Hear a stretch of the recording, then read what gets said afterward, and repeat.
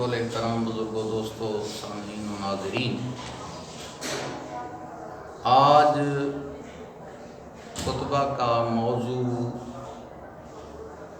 فضیلت حضرت ابراہیم علیہ السلام، جو اللہ کے خلیل بھی ہیں، اللہ کے نبی بھی ہیں، اللہ کے رسول بھی ہیں، اولو العزم رسولوں میں سے رسول ہیں اور اللہ کے خلیل ہیں۔ آپ نے اللہ رب العالمین کی بارگاہ میں دعا کی، 90 سال کی عمر میں اللہ رب العالمین نے آپ کو اولاد عطا فرمائی، تو دعا کا وہ ذکر کیا انہوں نے۔ اللہ رب العالمین کی بارگاہ میں حمد و ثنا کر کے، اللہ تعالیٰ کی تعریف کر کے اللہ کی نعمت کا ذکر کیا۔ الحمدللہ الذی، تمام تعریفیں اس ذات کے لیے ہیں، اس اللہ کے لیے ہیں۔ وہب لی، یہ حضرت ابراہیم علیہ السلام اللہ کی بارگاہ میں یہ شکر ادا کر رہے، کیا کر رہے ہیں؟ شکر ادا، کیونکہ جو اللہ کے انبیاء ہیں، اللہ کے نیک بندے اولیاء ہیں، وہ ہمیشہ ہی شکر ادا کرتے ہیں، اور یہ شکر ادا کرنے کا طریقہ بیان کر رہے ہیں۔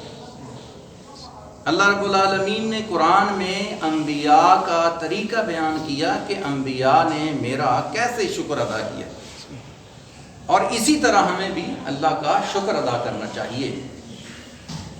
تمام تعریفیں اس اللہ کے لیے ہیں جس نے مجھے عطا کیا، وہب لی، مجھے عطا کیا، علی الکبر، بڑھاپے کے اندر، کیا؟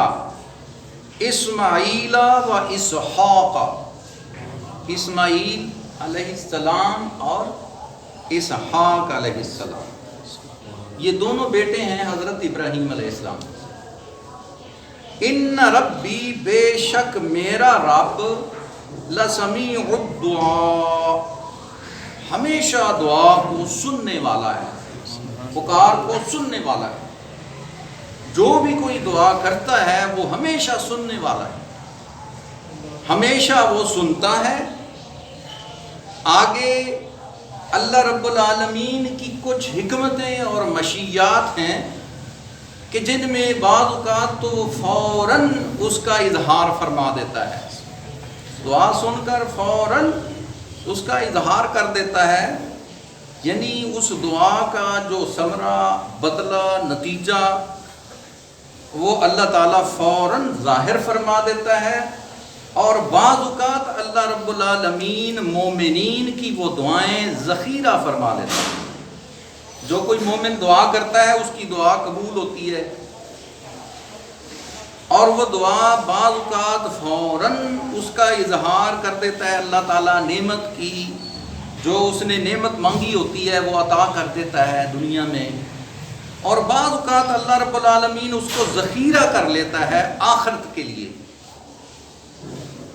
عام مومنین جو ہیں ان کے لیے یہ حکم ہے کہ بعض اوقات اس وقت پر، جس وقت اس نے دعا مانگی، اللہ رب العالمین کو پتہ ہے کہ اس وقت اگر میں اس کو دوں گا تو ہو سکتا ہے، وہ اللہ جانتا ہے کہ وہ نہیں دیتا، تو اس میں ایک حکمت ہے کہ شاید وہ اس وقت اس کا اہل نہیں ہے، یا اس کے لیے یہ نعمت جو ہے یہ زحمت نہ بن جائے، تو اللہ رب العالمین اس کو ذخیرہ کر لیتا ہے۔ قیامت کے دن لوگ بعض ایسے ہوں گے کہ اللہ تعالیٰ ان کو ان کی دعاؤں کا صلہ جب عطا کرے گا تو وہ حیران ہو جائیں گے اور کہیں گے کہ یا اللہ، یہ جو تو نے ہمیں نعمتیں بخشی ہیں، ہمارے بخشش فرما رہا ہے، ہم نے یہ عمل کیے ہی نہیں۔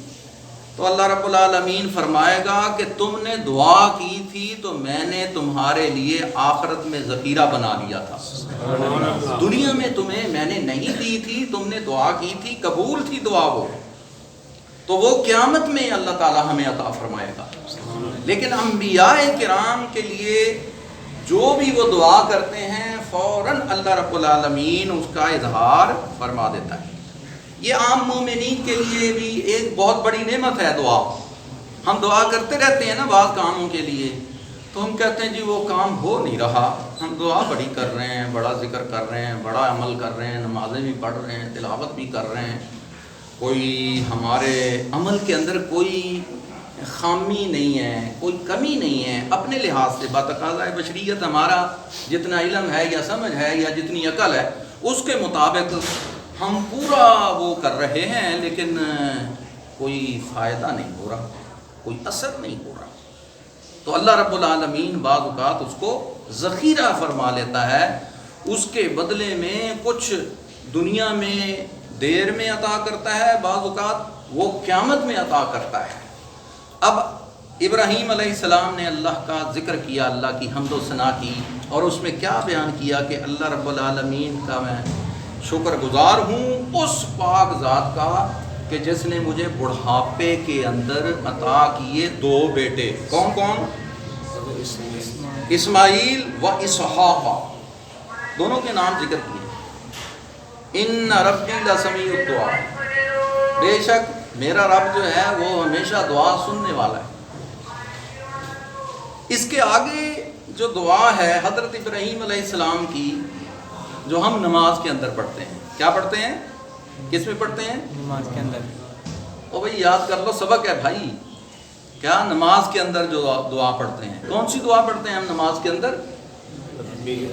ہاں شاباش، بہت سارے، سب کو ہی آتی ہے. میرا یہ حسن ظن ہے سب کو ہی آتی ہے.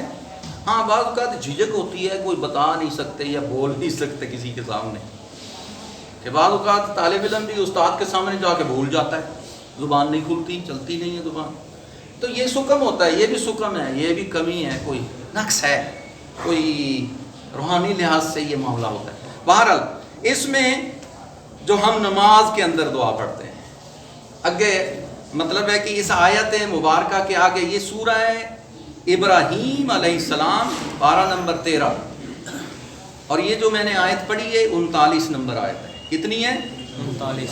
اب جو جس میں دعا ہے وہ 40 نمبر آیت ہے. یاد رکھیں، 40 تو یاد رہتا ہے نا. 40 آیت نمبر 40 ابراہیم علیہ السلام. سورت کا نام کیا ہے؟ حضرت ابراہیم علیہ السلام.